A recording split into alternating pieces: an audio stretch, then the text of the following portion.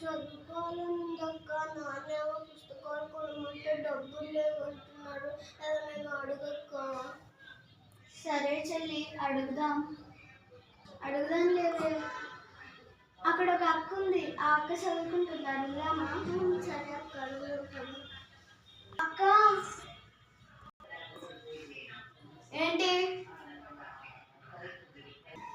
అక్క, నువ్వు ఒక 4 పుస్తకాలు ఇస్తే మేము చదువుకుంటాం అక్క. మా దగ్గర పుస్తకాలు లేవక్క. అక్క, మా నాన్న దగ్గర డబ్బులు లేక పుస్తకాలు కొనలేదక్క. వచ్చాక కొంటాక ప్లీజ్ అక్క. ప్లీజ్. ఏంటి? పుస్తకాలు కావాలా? పుస్తకాలు ఏమేం లేవు, ఎలా?